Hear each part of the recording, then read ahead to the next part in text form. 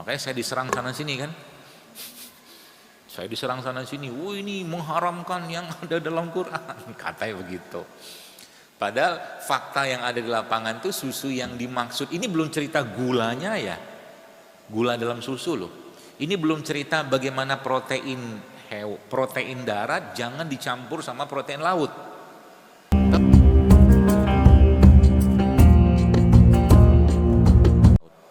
Teripang atau timun laut ini sebenarnya hewan ya, hewan yang kalau dia dipotong dia tumbuh lagi.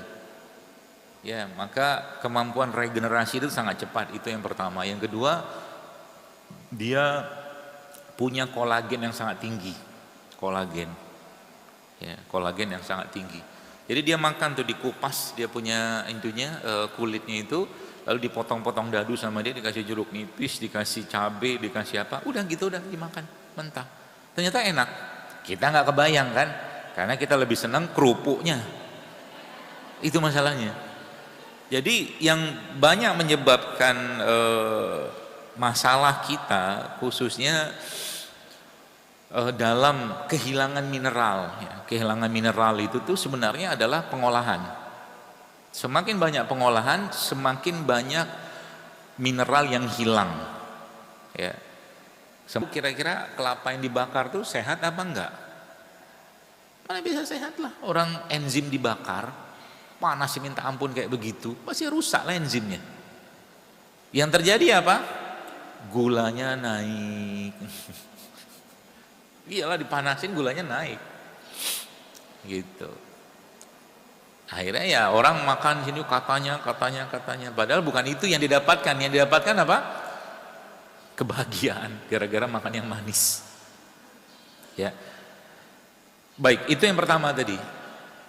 Bagaimana mineral kita ini hilang. Yang kedua, karena sebagian besar ya, atau mungkin yang kita gunakan dalam makanan sehari-hari ini penuh dengan insektisida, pestisida, pupuk-pupuk sintetik, itu yang menyebabkan akhirnya mereka tidak bisa terserap, kemakan sama ini, apa namanya, logam berat sebagian gitu. Makanya uniknya kalau Anda baca di beberapa buku-buku atau jurnal, negara-negara yang katanya tingkat konsumsi susunya tinggi, nanti coba baca datanya, justru malah angka osteoporosisnya tinggi. Nah, kita telan dulu informasinya. Yang dimakan susu apa dulu? Sebab susu itu dalam Quran disebutkan dia hal yang sangat baik ya, tapi keadaan yang sekarang, susu yang ada sekarang sama susu Quran udah beda ceritanya ya.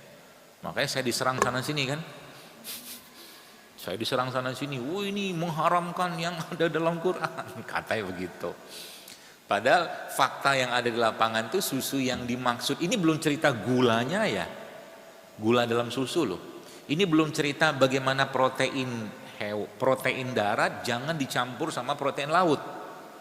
Tak boleh, karena beda metabolisme. Masalahnya susu-susu yang ada pun kebanyakan sudah difortifikasi dengan omega 3. Nah, tanya dulu omega 3 dari mana? Nah, gitu loh ilmunya. Ya, seperti itu. Baik, jadi pestisida, herbisida, insektisida ini Bapak Ibu sekalian jadi apa tuh namanya? Jadi biang kerok sebenarnya defisiensi mineral-mineral tadi. Itu kan. Jadi kalau jadi keadaan itu Bapak Ibu sekalian menyebabkan apa ya? Mineral atau mungkin vitamin C, misalnya vitamin C saja, yang ada pada jeruk di tahun-tahun 80-an, 90-an gitu tuh sama jeruk zaman sekarang sudah terjadi penurunan hampir 40%. Ya, hampir 40%. Gara-gara apa? Jadi si buah ini tuh sudah sibuk untuk membersihkan dirinya dari berbagai macam tadi racun-racun tadi itu. Ya, si buah-buahan tadi itu, pestisidanya lah, erosi tanahnya berkurangnya si tanah tadi itu dari nutrisi segala macam. Ya. Itu yang terjadi. Nah, yang ketiga yang kedua apa ketiga? Ketiga ya. Yang ketiga, nah ini yang kita nggak sadar. Logam berat. Banyak banget. Logam beratnya lah ya, plastiknya lah, segala macam. Ya. Kita misalkan sikat gigi aja. Sikat gigi kita bahannya apa? Plastik. Kira-kira nempel nggak mikroplastik?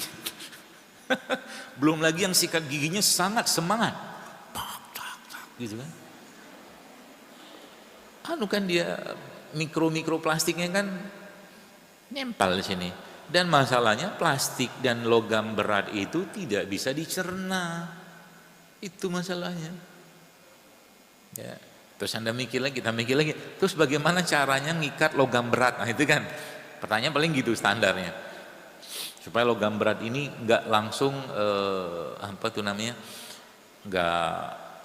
Jadi logam berat tuh beginilah kurang lebih ilustrasinya. Allah menciptakan dalam tubuh kita reseptor. Ini bahan bakunya. Jadi reseptor bahan baku cek. Jadi itu gini, maka dia akan memproduksi hormon apa-apa gitulah. Gitulah kurang lebih. Nah, logam berat ini dia mimikri itu menyerupai reseptor. Atau dia menguasai reseptor ini sehingga ketika bahan bakunya ini masuk ke sini, yang diproduksi harusnya hormon apa, tapi bukan hormon itu diperiksa, malah yang diproduksi tapi malah justru berantakan, gitu loh kurang lebih mimikri itu. Ya. Nah, pertanyaannya, terus bagaimana caranya kita membersihkan logam berat dalam tubuh kita, kan gitu? Banyak. Salah satu yang beberapa bahan itu seperti jamur. Jamur itu bagus untuk mengikat logam berat. Berarti sudah benar saya makan keripik jamur. Kan gitu kan? Keripik. Gemes aku. Gini loh, biar paham ya. Ini kentang ukuran segini, setengah tangan saya ini. Terus Anda kukus, Anda rebus, Anda tumbuk-tumbuk, jadilah mashed potato apalah namanya gitu kan. Ya, kasihlah bawang garam itu. Itu kalorinya cuman sekitar 90. Kentang kukus atau rebus. Lalu bermanuverlah kita biar keren. Kentangnya kita bikin french fries. Kentang goreng. Naiklah dia menjadi sekitar 220-an. Terus, kayaknya bagus nih kalau kita bikin keripik kentang. Nah gitu kan. Keripik kentang itu bisa sampai 300-an. Sudah tahu kenapa banyak orang gemuk? Yang dimakan berlimpah kalori dan miskin nutrisi, miskin mineral, miskin enzim, banyak pula. Gitu. Jadi kami kan gak kuat kalau gak makan nasi, kan gitu. Sebenarnya sih bukan gak kuat, kalau benar caranya Anda tambahin aja protein. Protein ini dimakan agak banyak, laparnya kurang loh. Itu yang pertama. Terus makanlah makanan yang real. Nah itu ya. Baik, jadi itu beberapa 3 penyebab tadi. Yang selanjutnya apa? Selain misalkan jamur, itu tuh tamarin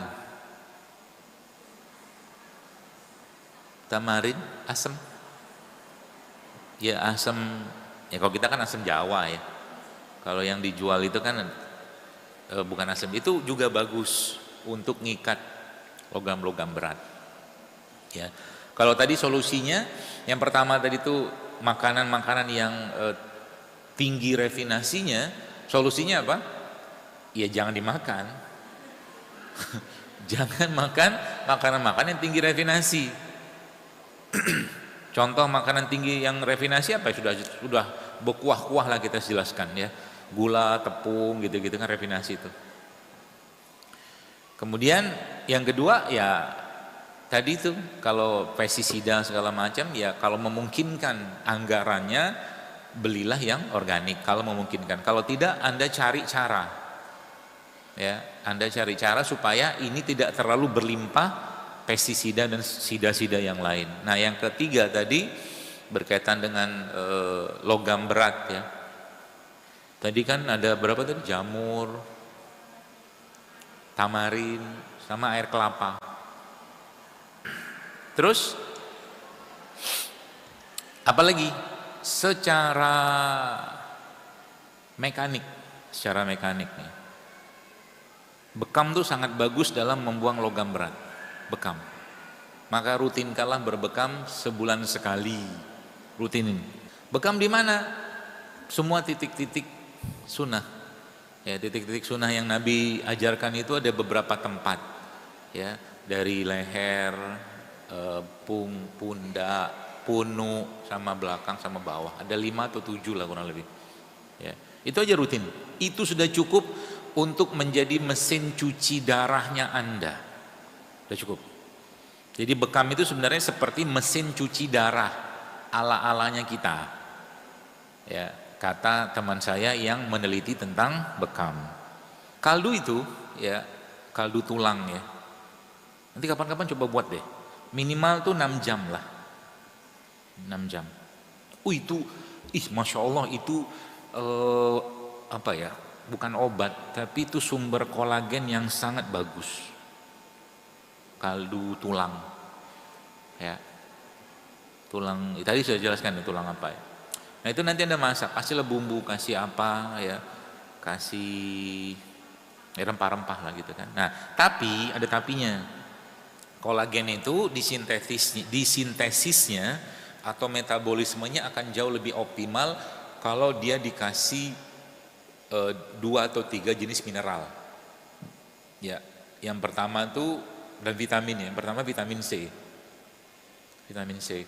Yang kedua boron, Br. Boron sama kuper. Kuper tuh tembaga. Ya. Nah, di mana dapatkan 2 atau 3 mineral atau vitamin tadi itu? Ya, kalau vitamin C paling gampang cabai. Jadi nanti Anda masukin, coba nanti minum, rutinkan aja selama 2 minggu itu. Masya Allah, efeknya itu dari jantung ya, tulang apalagi, sendi, lambung, otak, modal kaldu, air kaldu itu.